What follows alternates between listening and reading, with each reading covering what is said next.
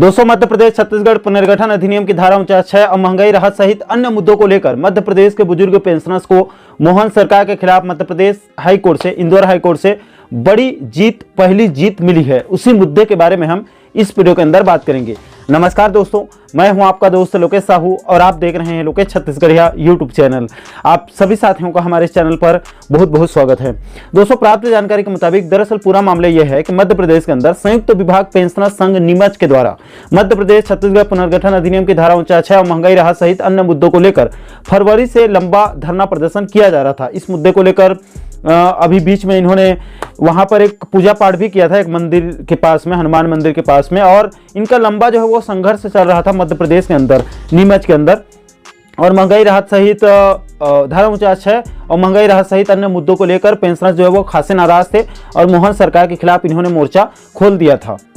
और दोस्तों, संयुक्त विभाग पेंशनर संघ नीमच के द्वारा 1 फरवरी 2024 को अपने इन्हीं मुद्दों को लेकर राज्य सरकार के खिलाफ में इंदौर हाईकोर्ट में एक रिट पिटीशन दायर किया गया था, जिसकी सुनवाई करते हुए इंदौर हाईकोर्ट के द्वारा बिल्कुल कम समय में 1 महीने के अंदर अंदर संयुक्त विभाग पेंशनर संघ के पक्ष में फैसला देते हुए सरकार को 3 महीने के अंदर अंदर पेंशनर्स के समस्याओं का निराकरण करने का फैसला सुना दिया।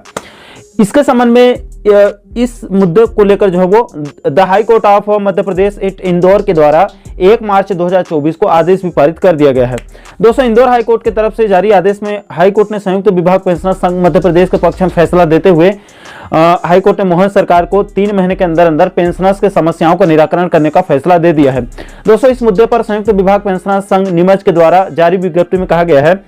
कि माननीय उच्च न्यायालय के द्वारा पेंशनर्स के पक्ष में फैसला दिया गया है, इसलिए कल 2 मार्च 2024 को संयुक्त विभाग पेंशनर संघ नीमच के द्वारा धरना प्रदर्शन को अभी फिलहाल स्थगित करने का निर्णय लिया है। साथ ही साथ उन्होंने मध्य प्रदेश सरकार को यह भी चेतावनी दी है कि अगर इंदौर हाईकोर्ट के फैसले के बाद भी राज्य सरकार के द्वारा 3 महीने के अंदर अंदर कोई उचित कार्रवाई नहीं की गई, उनके मांगों का निराकरण नहीं किया गया, तो फिर से संयुक्त विभाग पेंशनर संघ नीमच के द्वारा मोहन सरकार के खिलाफ मोर्चा खोल दिया जाएगा। दोस्तों, इंदौर हाईकोर्ट के तरफ से जो 1 मार्च को पेंशनर्स के पक्ष में जो आदेश पारित किया गया है, उसके आदेश कॉपी को हमारे टेलीग्राम चैनल पर बकायदा अपलोड कर देंगे। आप चाहें तो आप वहां से डाउनलोड करके बारीकी से आप अध्ययन कर सकते हैं। और दोस्तों, अंत में जाते जाते आप इस मुद्दे पर खुद संयुक्त विभाग पेंशनर संघ नीमच के वरिष्ठ पदाधिकारियों का क्या कुछ कहना है, उसे भी आप आगे एक वीडियो के माध्यम से सुन सकते हैं।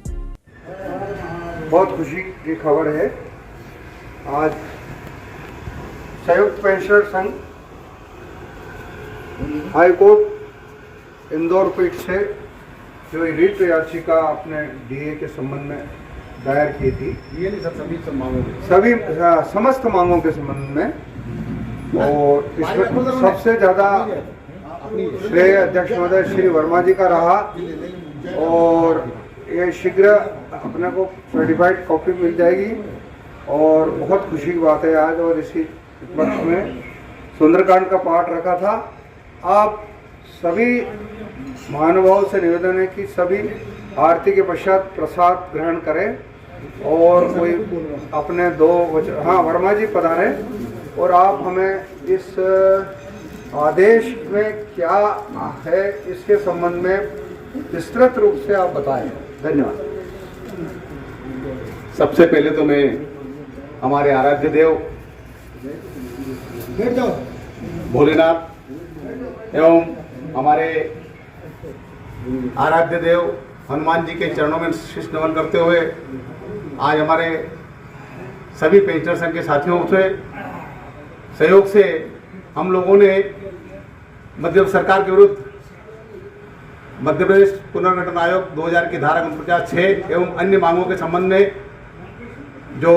एक अभियान दायर किया था इंदौर खंडपीठ पे, उस इंदौर खंडपीठ द्वारा हमारे पेंशनरों के संबंध में, पेंशनरों के लिए जो आदेश पारित किया, उस आदेश का तात्पर्य यह है कि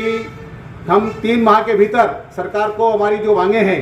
उन मांगों को निराकरण करके लागू करना है। इस प्रकार का आदेश हमारे माननीय न्यायालय द्वारा दिया गया, और इसके लिए हमारे संयुक्त विभाग पेंशनर संघ की प्रथम जीत हुई है सरकार के विरुद्ध। और इसके लिए मैं हमारे जितने भी हमारे सम्मानित साथी हैं जो संयुक्त विभाग पेंशनर संघ के साथी हैं, उनमें हमारे 2 जाबाज साथी जिनका पूर्ण सहयोग रहा, माननीय श्री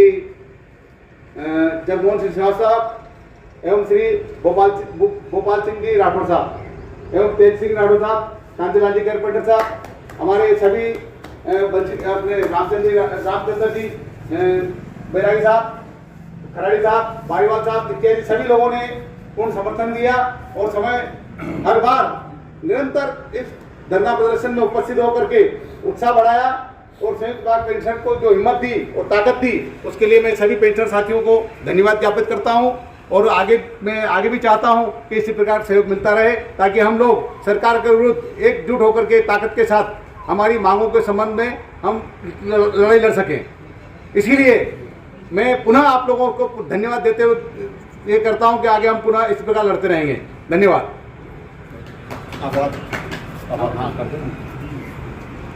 सभी साथियों जो आपने अमूल्य समय दिया और लगातार 1 तारीख से लेके 35 दिन का जो धरना आपने बढ़ चढ़ के हिस्सा लिया है, मैं उन सभी का आभार व्यक्त करता हूं और भविष्य में इसी प्रकार का कोई भी आह्वान हम करें, आपकी उपस्थिति 100% रहे, इसी आशा के साथ मैं आप सभी का आभार व्यक्त करता हूं। धन्यवाद। धन्यवाद।